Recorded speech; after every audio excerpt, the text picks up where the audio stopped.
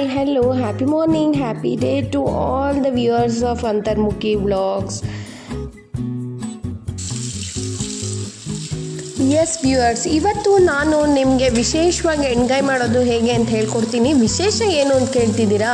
ಹೌದು, ಈರುಳ್ಳಿ ಬೆಳ್ಳುಳ್ಳಿ ಎರಡೂ ಇಲ್ದಿರ ಬದನೆಕಾಯಿ ಎಣ್ಗಾಯಿ ಹೆಂಗೆ ಮಾಡೋದು ಅಂತ ನಾನು ನಿಮಗೆ ತೋರಿಸ್ಕೊಡ್ತಾ ಇದ್ದೀನಿ. So just welcome back to Antarmukhi vlogs.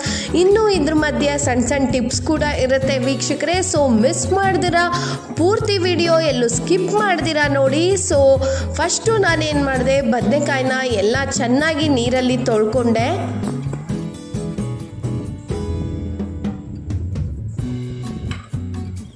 ಆಮೇಲೆ ಆ ಬದನೆಕಾಯಿನ ಈ ಥರ ಕಟ್ ಮಾಡಿ ಇಟ್ಕೊಂಡೆ. ಪೂರ್ತಿ ಕಟ್ ಮಾಡ್ಕೋಬಾರ್ದು, ಆ ಸ್ಟಫಿಂಗ್ನ ಒಳಗಡೆ ತುಂಬಕ್ಕೆ ಈ ಥರ ಕಟ್ ಮಾಡಿ ರೆಡಿ ಮಾಡಿಕೊಂಡೆ ನಾನು.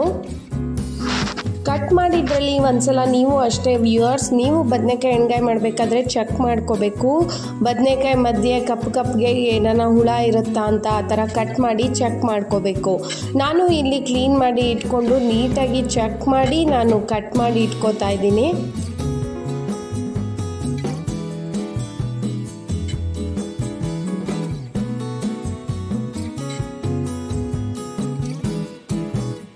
ನೋಡಿ, ಅಷ್ಟು ಬದನೆಕಾಯಿನ ಕಟ್ ಮಾಡಿ ಒಳಗಡೆ ಏನೂ ಇಲ್ದಿರ ನೋಡಿಬಿಟ್ಟು ಕ್ಲೀನ್ ಮಾಡಿ ಅದನ್ನು ತಿರ್ಗಾ ಅದೇ ಪಾತ್ರೆಗೆ ಇಟ್ಕೊತಾ ಇದ್ದೀನಿ ಕಟ್ ಮಾಡಿರೋದ್ರಿಂದ. ಸೊ ಈಗ ವ್ಯೂವರ್ಸ್ ಬನ್ನಿ, ಇದು ಗ್ರೇವಿಗೆ ಏನೇನು ಹಾಕೋಬೇಕು ಅಂತ ನಾನು ನಿಮಗೆ ತೋರಿಸ್ಕೊಡ್ತೀನಿ. ಸೊ ಈಗ ನಾನು ರುಬ್ಬಕ್ಕೆ ಜಾರ್ಗೆ ಗ್ರೇವಿಗೆ ಏನೇನು ಹಾಕಬೇಕು ಅಂತ ನಾನಿಲ್ಲಿ ಹೇಳ್ತಾ ಇದ್ದೀನಿ ನೋಡಿ. ಫಸ್ಟು ಒಂದು ಜಾರ್ ತೊಗೊಳ್ಳಿ. ಆಮೇಲೆ ಅದಕ್ಕೆ ತೆಂಗಿನಕಾಯಿ ಉಪಯೋಗಿಸ್ಕೊತಾ ಇದ್ದೀನಿ ನಾನು. ತೆಂಗಿನಕಾಯಿ, ಆಮೇಲೆ ಕಡಲೆಕಾಯಿ ಬೀಜ, 1 ಕಪ್ ತೆಂಗಿನಕಾಯಿ, 1 ಕಪ್ ಕಡಲೆಕಾಯಿ. ಆಮೇಲೆ ಹುಳಿ ಪುಡಿ ನಾನು ತೊಗೊಂಡಿದ್ದೀನಿ. ನಿಮಗೆ ಯಾವುದು ಇಷ್ಟ ಆಗುತ್ತೋ ನೀವು ಆ ಪುಡಿ ತೊಗೋಬೋದು. ವಾಂಗಿಬಾತ್ ಪುಡಿ ಕೂಡ ಹಾಕ್ಬೋದು. ಇದು ಕೊತ್ತಂಬರಿ ಸೊಪ್ಪು ಅರ್ಧ ನಾನು ರುಬ್ಬಕ್ಕೆ ಹಾಕ್ಕೊಂಡು ಇನ್ನು ಅರ್ಧ ಮೇಲೆ ಒಗ್ಗರಣೆ ಆದಮೇಲೆ ಹಾಕೋದಕ್ಕೆ ಇಟ್ಕೋತಾ ಇದ್ದೀನಿ. ಆಮೇಲೆ ರುಬ್ಬಕ್ಕೆ ಹಸಿಮೆಣಸಿನ್ಕಾಯಿ, ಇದರಲ್ಲಿ ಅರ್ಧ ನಾನು ರುಬ್ಬಕ್ಕೆ ಹಾಕೋತೀನಿ, ಇನ್ನರ್ಧ ಒಗ್ಗರಣೆಗೆ ಹಾಕೋತೀನಿ. ಮತ್ತು ಶುಂಠಿ, ನಾನು ಸುಮಾರು 1-2 ಇಂಚಷ್ಟು ಶುಂಠಿ ಹಾಕೋತಾ ಇದ್ದೀನಿ. ಶುಂಠಿ ಹಾಕಿದಷ್ಟು ಒಳ್ಳೆಯದು ವೀಕ್ಷಕರೇ. ಆಲ್ರೆಡಿ ನಾನು ಹಳೆ ವೀಡಿಯೋಸಲ್ಲಿ ಹೇಳಿರೋ ಪ್ರಕಾರ ಜೀರ್ಣಕ್ಕೆ ತುಂಬ ಒಳ್ಳೆಯದು. ಈಗ ಹುಳಿಗೆ ಎಷ್ಟು ಬೇಕೋ ಅಷ್ಟು ಹುಣಸೆ ಹಣ್ಣು ನಾನು ನೆನೆಸಿಟ್ಕೊಂಡಿದ್ದೆ. ಸೊ ಆ ಹುಣಸೆ ಹಣ್ಣು ರುಬ್ಬಕ್ಕೆ ಹಾಕೋತಾ ಇದ್ದೀನಿ. ನೀವು ಬೇಕಾದರೆ ಹುಣಸೆ ಎಣ್ಣೆ ಹಾಕೋಬೋದು ಅಥವಾ ರಸನ ಹಿಂಡಿಟ್ಕೊಂಡು ಅದನ್ನು ಹಾಕ್ಕೋಬೋದು. ಈಗ ಉಪ್ಪು, ನಾನು ಕಲ್ಲುಪ್ಪು ಬಳಸ್ತಾ ಇದ್ದೀನಿ ವೀಕ್ಷಕರೇ. ನೋಡಿ, ರುಬ್ಬಕ್ಕೆ ಎಷ್ಟು ಬೇಕೋ ಅಷ್ಟು ಮಾತ್ರ ಉಪ್ಪನ್ನು ನಾನು ಹಾಕೋತಾ ಇದ್ದೀನಿ. ಇದು ಗ್ರೇವಿಗೆ ಎಷ್ಟು ಬೇಕೋ ಅಷ್ಟು ಹಾಕೋತಾ ಇದ್ದೀನಿ.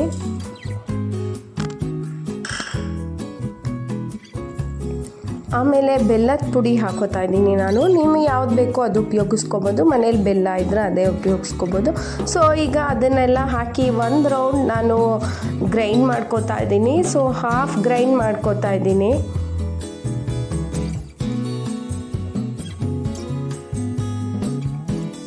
ಈಗ ಅರ್ಧ ರುಬ್ಬಿಟ್ಕೊಂಡು ರುಬ್ಬಿರೋದಕ್ಕೆ ಎಷ್ಟು ನೀರು ಬೇಕೋ ಅಷ್ಟನ್ನು ಹಾಕೋತಾ ಇದ್ದೀನಿ ನಾನು.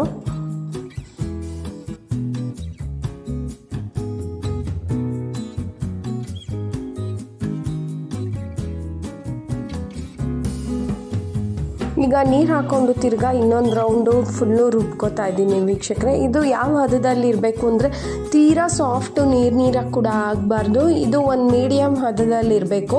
ಯಾಕೆ ಅಂದರೆ ನಾವು ಅದು ಒಳಗಡೆ ಗ್ರೇವಿನ ಫಿಲ್ ಮಾಡ್ತೀವಲ್ಲ, ಸೊ ಅದು ನಿಂತ್ಕೋಬೇಕು. ಫುಲ್ಲು ಇದಾಗಬಾರ್ದು, ಲಿಕ್ವಿಡ್ ಫಾರ್ಮಲ್ಲಿ ಇರಬಾರ್ದು, ಸಾಲಿಡ್ ಫಾರ್ಮಲ್ಲೂ ಇರಬಾರ್ದು. ಸೊ ಅದಕ್ಕೆ ಆ ಹದನ ನೋಡಿಕೊಂಡು ನಾವು ರುಬ್ಕೋಬೇಕು ವೀಕ್ಷಕರೇ.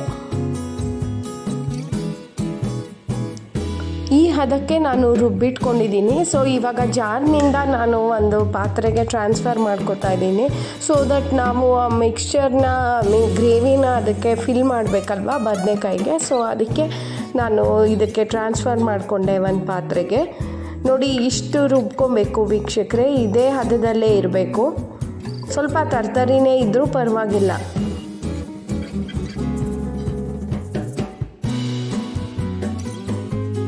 ಈಗ ನೋಡಿ ವೀಕ್ಷಕರೇ, ಈ ಥರ ನಾವು ಅದಕ್ಕೆ ಫಿಲ್ ಮಾಡ್ಕೋಬೇಕು ಬದನೆಕಾಯಿಗೆ.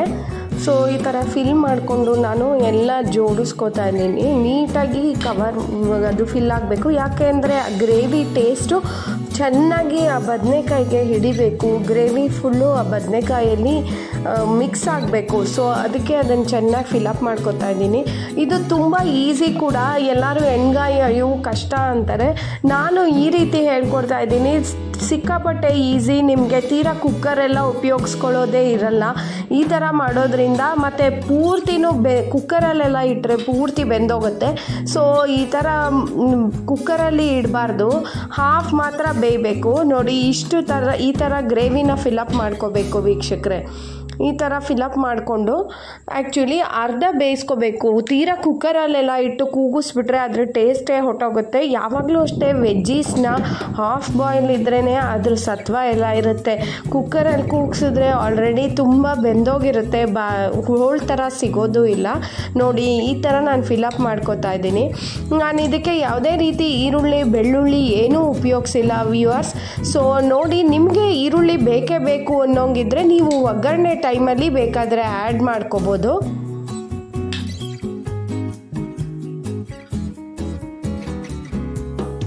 ನೋಡಿ ವ್ಯೂವರ್ಸ್, ಇವಾಗ ನಾನು ಬದನೆಕಾಯಿಗೆ ಎಲ್ಲ ಸ್ಟಫಿಂಗ್ ಮಾಡಿ ರೆಡಿ ಮಾಡಿ ಇಟ್ಕೊಂಡಿದ್ದೀನಿ. ಬದನೆಕಾಯಿನ ಈ ರೀತಿ ಸ್ಟಫಿಂಗು ಮತ್ತು ಮಸಾಲೆ ಇಷ್ಟು ಮಿಕ್ಕಿದೆ, ಗ್ರೇವಿಗೆ ರುಬ್ಕೊಂಡಿದ್ದು ಅಷ್ಟು ಮಿಕ್ಕಿದೆ, ಅದನ್ನು ಹಾಗೆ ಎತ್ತಿಟ್ಕೊಂಡಿದ್ದೀನಿ.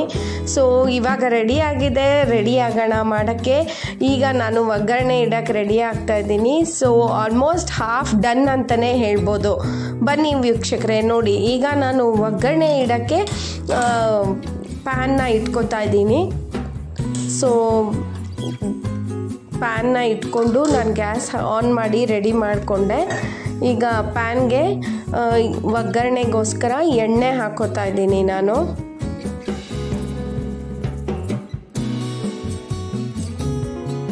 ಈಗ ಒಗ್ಗರಣೆಗೆ ಎಣ್ಣೆ ಹಾಕ್ಕೊಂಡೆ ನಾನು. ಸೊ ಎಣ್ಣೆ ಸ್ವಲ್ಪ ಕಾಯಬೇಕು. ಎಣ್ಣೆನ ಜಾಸ್ತಿನೇ ಸ್ವಲ್ಪ ಹಾಕೋಬೇಕಾಗತ್ತೆ, ಯಾಕೆಂದರೆ ನಾವು ಬದನೆಕಾಯಿನ ಒಗ್ಗರಣೆಲೇ ಬೇಯಿಸ್ಕೊಳ್ಳೋದ್ರಿಂದ.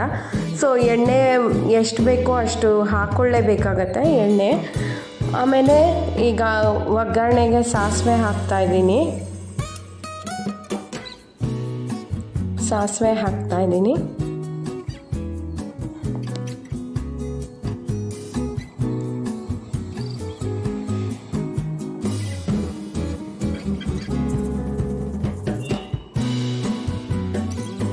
ಇದನ್ನು ಮಾಡೋದು ತುಂಬ ಈಸಿ ವೀಕ್ಷಕರೇ, ಮತ್ತು ವೆರಿ ಟೇಸ್ಟಿ ಕೂಡ, ತುಂಬ ಚೆನ್ನಾಗಾಗಿತ್ತು ಹೇಳ್ತಾ ಇದ್ದೀನಲ್ಲ. ಸೊ ನಾನು ಹೇಳಿದ್ರೆ ಮಾತ್ರ ನಿಮಗೆ ಗೊತ್ತಾಗಲ್ಲ, ನೀವು ಮನೇಲಿ ಟ್ರೈ ಮಾಡಲೇಬೇಕು. ಸೊ ಅಷ್ಟು ಸೂಪರಾಗಿ ಯಮ್ಮಿಯಾಗಿ ಆಗಿತ್ತು ಅಂತಲೇ ಹೇಳ್ಬೋದು ಎಣ್ಗಾಯಿ. ಸೊ ನೀವು ಮಿಸ್ ಮಾಡ್ದಿರ ಟ್ರೈ ಮಾಡಿ, ಇದು ಚಪಾತಿ ಜೊತೆ ರೈಸ್ ಜೊತೆ ಎಲ್ಲದಕ್ಕೂ ಚೆನ್ನಾಗಿರುತ್ತೆ. ಈಗ ಎಣ್ಣೆ ಸಾಸಿವೆ ಚಿಟ್ಟಿದ ಮೇಲೆ ಉದ್ದಿನಬೇಳೆ ಕಡಲೆಬೇಳೆ ಹಾಕೋತಾ ಇದ್ದೀನಿ ಒಗ್ಗರಣೆಗೆ ನಾನು.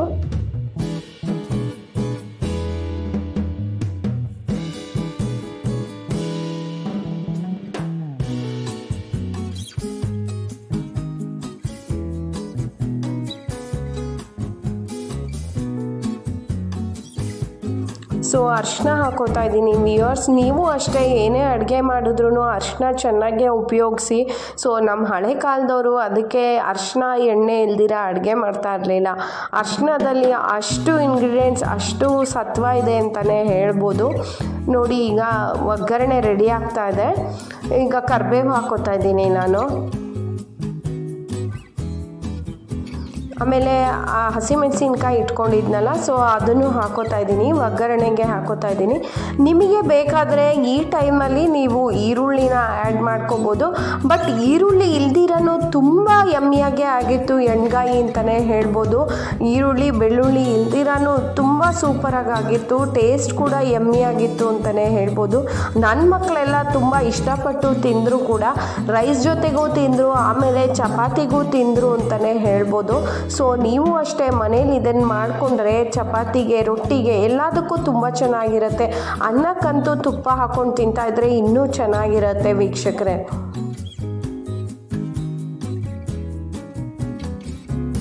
ಸೊ ಈಗ ಒಗ್ಗರಣೆ ರೆಡಿ ಆದಮೇಲೆ ನಾನು ಗ್ರೇವಿ ಮತ್ತು ಬದನೆಕಾಯಿನ ರೆಡಿ ಸ್ಟಫ್ ಮಾಡಿ ಇಟ್ಕೊಂಡಿದ್ನಲ್ಲ, ಸೊ ಅದನ್ನು ನಾನು ಈಗ ಹಾಕ್ತಾಯಿದ್ದೀನಿ ಒಗ್ಗರಣೆಗೆ. ನೋಡಿ ವೀಕ್ಷಕರೇ, ಈ ಥರ ಇಟ್ಟು ನಾನು ಬೇಯಿಸ್ಕೊತಾ ಇದ್ದೀನಿ. ಸೊ ಯಾವುದೇ ರೀತಿ ಕುಕ್ಕರ್ ಅವಶ್ಯಕತೆ ಇಲ್ಲ. ನೀವು ಅಷ್ಟೇ ಈ ಥರ ಬೇಯಿಸೋದ್ರಿಂದ ವಿತಿನ್ 10 to 15 ಮಿನಿಟ್ಸ್ ಒಳಗೆ ರೆಡಿಯಾಗಿ ಹೋಗುತ್ತೆ. ಕುಕ್ಕರಲ್ಲಿ ಆಲ್ಮೋಸ್ಟ್ ಕೆಲವರು ಕುಕ್ಕರಲ್ಲೂ ಮಾಡ್ತಾರೆ, ಬಟ್ ಇದು ಮಾತ್ರ ಟೇಸ್ಟ್ ಇನ್ನೂ ಯಮ್ಮಿಯಾಗಿರುತ್ತೆ. ನಾನು ಎರಡೂ ರೀತಿ ತಿಂದಿದ್ದೀನಿ. ಸೊ ಈ ಥರ ಮಾಡಿದಾಗ ನಿಮಗೆ ಬದನೆಕಾಯಿ ಎಷ್ಟು ಬೇಕೋ ಅಷ್ಟು ಮಾತ್ರ ಬೆಂದಿರುತ್ತೆ. ಸೊ ಅದ್ರ ಟೇಸ್ಟು ಯಮ್ಮಿಯಾಗಿರುತ್ತೆ ಅಂತಲೇ ಹೇಳ್ಬೋದು. ನೋಡಿ, ಇವಾಗ ನಾನು ಇದನ್ನೆಲ್ಲ ಟ್ರಾನ್ಸ್ಫರ್ ಮಾಡಿಕೊಂಡೆ ಒಗ್ಗರಣೆ ಜೊತೆಗೆ.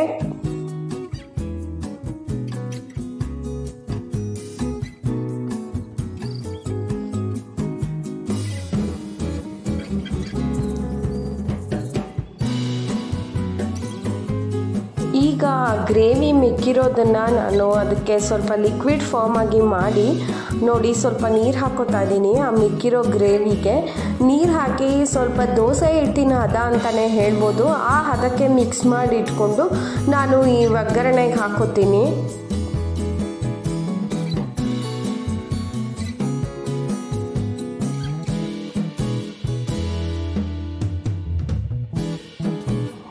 ನೋಡಿ, ಆಲ್ಮೋಸ್ಟ್ ದೋಸೆ ಹಿಟ್ಟು ಹದಕ್ಕಿದ್ರೆ ಸಾಕು. ಅದಕ್ಕೆ ಇನ್ನೂ ನಾನು ನೀರು ಹಾಕ್ಕೊಂಡು ಮಿಕ್ಸ್ ಮಾಡ್ಕೊತಾ ಇದ್ದೀನಿ. ಸ್ವಲ್ಪ ಹದ ನೀರಾಗಿ ಅದು ಗ್ರೇವಿಗೆ ಚೆನ್ನಾಗಿರುತ್ತೆ. ನೀವು ರೈಸ್ ಕಲಿಸ್ಕೊಳ್ಳೋಕ್ಕೂ ಚೆನ್ನಾಗಿರುತ್ತೆ, ಚಪಾತಿ ರೊಟ್ಟಿ ದೋಸೆ ಜೊತೆಗೂ ಚೆನ್ನಾಗಿರುತ್ತೆ. ಸೊ ಅದಕ್ಕೆ ಈ ಥರ ಮಿಕ್ಸ್ ಮಾಡಿಕೊಂಡು ಈಗ ನಾನು ಆ ಬದನೆಕಾಯಿಗೆ ಹಾಕ್ತೀನಿ ಇದನ್ನು.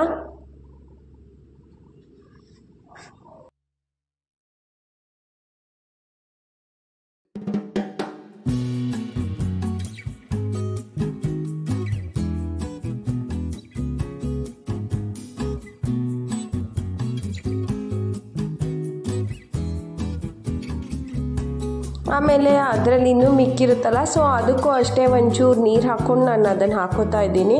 ಸೊ ದಟ್ ಆ ಗ್ರೇವಿದು ಫ್ಲೇವರ್ ಎಲ್ಲ ಬದನೆಕಾಯಿಗೆ ಹೋಗುತ್ತೆ ಅಂತ.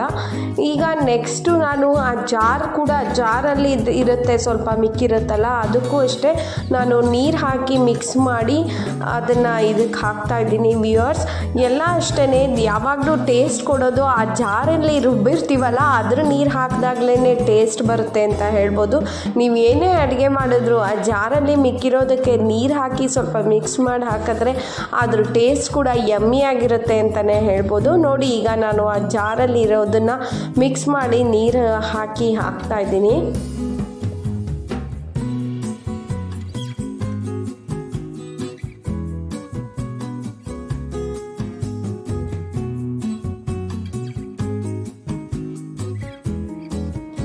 ನೀವು ಅಷ್ಟೇ ವೀಕ್ಷಕರೇ, ಮನೇಲಿ ಏನೇ ಮಾಡಿದ್ರು ರುಚಿಯಾಗೇ ಇರುತ್ತೆ. ಸೊ ಇಲ್ಲೂ ಅಷ್ಟೇ ತುಂಬ ಟೇಸ್ಟಿಯಾಗೇ ಆಗಿತ್ತು.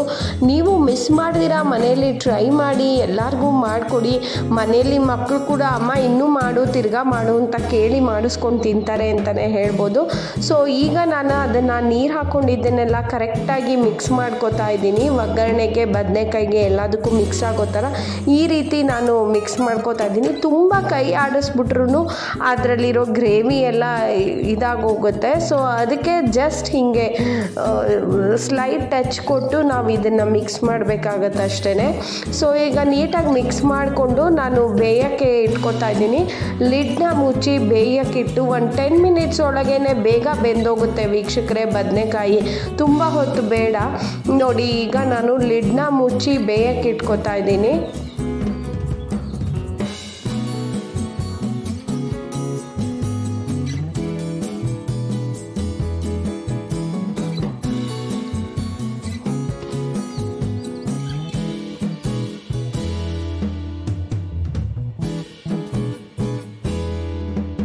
ಈಗ ಅದನ್ನು ಬೇಯಕ್ಕಿಡಕ್ಕೆ ಮುಂಚೆ ತಿರ್ಗಾ ನಾನು ಸ್ವಲ್ಪ ಉಪ್ಪನ್ನ ಹಾಕೋತಾ ಇದ್ದೀನಿ. ಸೊ ದಟ್ ಬದನೆಕಾಯಿ ಬೇಗ ಬೇಯುತ್ತೆ ಅಂತ. ಆಲ್ರೆಡಿ ರುಬ್ಬಕ್ಕೆ ಹಾಕ್ಕೊಂಡಿದ್ದೆ ಗ್ರೇವಿಗೆ.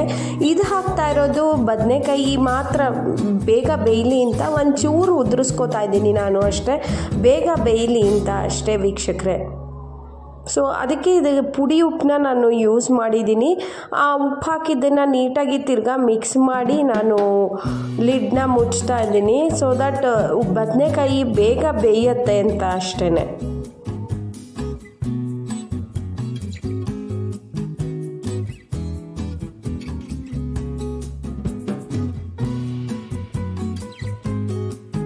ನೋಡಿ ವೀಕ್ಷಕರೇ, ಸೊ ಇದು ಬೆಂದ ಮೇಲೆ ಅಷ್ಟೇ ಬದನೆಕಾಯಿ ಎಣ್ಗಾಯಿ ರೆಡಿ ಆಯಿತು ಅಂತ ನೋಡಿ. ಒಂದು 5-10 ಮಿನಿಟ್ಸ್ ಒಳಗೆ ಅರ್ಧ ಬೆಂದಿತ್ತು.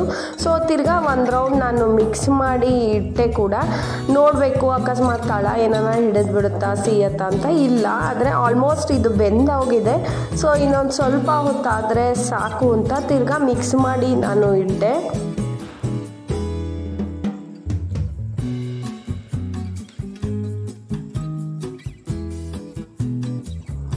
ಒಂದ್ಸಲ ಮಿಕ್ಸ್ ಮಾಡಿ ಇಟ್ಟೆ ಕೂಡ ನಾನು, ಅಕಸ್ಮಾತ್ ತಳ ಹಿಡಿಯತ್ತಾ ಅಂತ. ಸೊ ಇನ್ನೊಂದು 2 ಮಿನಿಟ್ಸ್ ಆದರೆ ಬದನೆಕಾಯಿ ಎಣ್ಗಾಯಿ ರೆಡಿ. ನೋಡಿ ವ್ಯೂವರ್ಸ್, ಆಲ್ರೆಡಿ ಬದನೆಕಾಯಿ ಚೆನ್ನಾಗೇ ಬೆಂದೋಗಿದೆ, ರೆಡಿಯಾಗಿದೆ. So that ready to eat ಅನ್ಬೋದು. ಯಮ್ಮಿ ಆಗಿರೋ ಟೇಸ್ಟ್ಫುಲ್ ಆಗಿರೋ ಬದನೆಕಾಯಿ ಎಣ್ಗಾಯಿ ರೆಡಿ ನೋಡಿ. ಸೊ ವಿತೌಟ್ ಈರುಳ್ಳಿ, ಆನಿಯನ್, ವಿತೌಟ್ ಗಾರ್ಲಿಕ್ ಕೂಡ ನಾವು ಮಾಡ್ಬೋದು. ತುಂಬ ಚೆನ್ನಾಗಿರುತ್ತೆ, ಟೇಸ್ಟ್ ಕೂಡ ಅಂತಲೇ ಹೇಳ್ಬೋದು. ನೋಡಿ ಈಗ ರೆಡಿಯಾಗಿದೆ. ಸೊ ಸರ್ವ್ ಮಾಡೋದು ಒಂದೇ ಬಾಕಿ ವೀಕ್ಷಕರೇ. ನೀವು ಅಷ್ಟೇ ಮನೇಲಿ ಮಿಸ್ ಮಾಡ್ದಿರ ಟ್ರೈ ಮಾಡಿ ನೋಡಿ. ಈಗ ಕೊತ್ತಂಬರಿ ಸೊಪ್ಪು ಉದುರಿಸ್ಕೊತಾ ಇದ್ದೀನಿ ಅದಕ್ಕೆ. ಸೊ ಬದನೆಕಾಯಿ ಎಣ್ಗಾಯಿ ರೆಡಿ.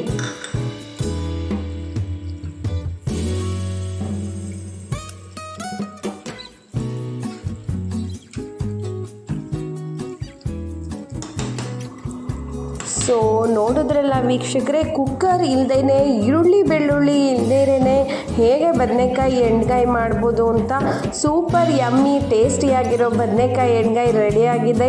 ಈಗ ನೀವು ಕೂಡ ರೈಸ್ ಜೊತೆ ತಿನ್ನೋಕ್ಕೆ ಸಿದ್ಧವಾಗಬಹುದು. ಸೊ ಈಸಿ ಆ್ಯಂಡ್ ಟೇಸ್ಟಿ ಕೂಡ ಅಂತಲೇ ಹೇಳ್ಬೋದು. ಈಗ ನಾನು ಅದನ್ನು ಸರ್ವ್ ಮಾಡೋಕ್ಕೆ ರೆಡಿ ಮಾಡ್ಕೋತಾ ಇದ್ದೀನಿ. ಸೊ ನೋಡಿ, ಇಲ್ಲಿ ಬದನೆಕಾಯಿ ಎಣ್ಗಾಯಿ ರೆಡಿ ಇದೆ, ಅದ್ರ ಜೊತೆ ರೈಸ್ ಕೂಡ ರೆಡಿ ಇದೆ. So ready to have. ನಾನು ಟೇಸ್ಟ್ ಮಾಡಿ ಹೇಳ್ತೀನಿ ಹೇಗಾಗಿತ್ತು ಅಂತ. ನೀವು ಖಂಡಿತ ಮಿಸ್ ಮಾಡ್ದಿರ ಮನೇಲಿ ಮಾಡಿಕೊಡಿ ಅಂತ ಹೇಳ್ತೀನಿ. ಸೊ ಅದಕ್ಕೆ ನೀವೇನು ಮಾಡಬೇಕು, ಬೆಲ್ ಬಟನ್ನ ಕ್ಲಿಕ್ ಮಾಡಬೇಕು. ನಂದು ಇದೇ ರೀತಿ ರುಚಿಯಾಗಿರೋ ವ್ಲಾಗ್ಸ್ ನಿಮಗೆ ಅಪ್ಡೇಟ್ಸ್ ಬರ್ತಾ ಇರುತ್ತೆ, ನೋಟಿಫಿಕೇಷನ್ ಬರ್ತಾ ಇರುತ್ತೆ. ನೀವು ಮನೇಲಿ ರುಚಿಯಾಗಿ ನಿಮ್ಮ ಮನೆಯವ್ರಿಗೆಲ್ಲ ಮಾಡಿಕೊಡ್ಬೋದು ಅಂತಲೇ ಹೇಳ್ತೀನಿ. ಸೊ ಅದಕ್ಕೆ ಬೆಲ್ ಬಟನ್ನ ಕ್ಲಿಕ್ ಮಾಡೋದು ಮರಿಬೇಡಿ. ಸಬ್ಸ್ಕ್ರೈಬ್ ಮಾಡಿ, ಲೈಕ್ ಮಾಡಿ, ಶೇರ್ ಮಾಡಿ, ಬೆಲ್ ಬಟನ್ನ ಕ್ಲಿಕ್ ಮಾಡೋದು ಮರಿಬೇಡಿ. So meet you in the next vlog ವೀಕ್ಷಕರೇ. ಯಮ್ಮಿ ಆಗಿರೋ ಬದನೆಕಾಯಿ ಎಣ್ಗಾಯಿ ರೆಡಿ.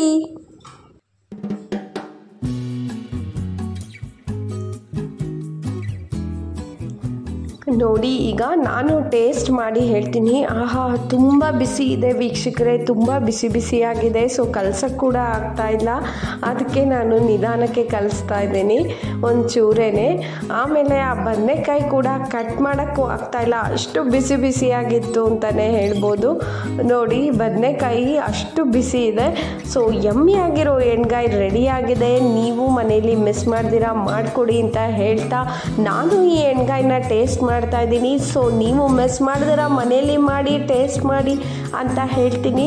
ಸೊ ನೋಡಿ ಹೇಗಿದೆ ಅಂತ ಹೇಳ್ತೀನಿ ಈಗ. ಸೊ ನಾನು ಕೂಡ ಟೇಸ್ಟ್ ಮಾಡ್ತಾ ಇದ್ದೀನಿ ವೀಕ್ಷಕರೇ. ಸೊ ತುಂಬ ಬಿಸಿ ಇದೆ.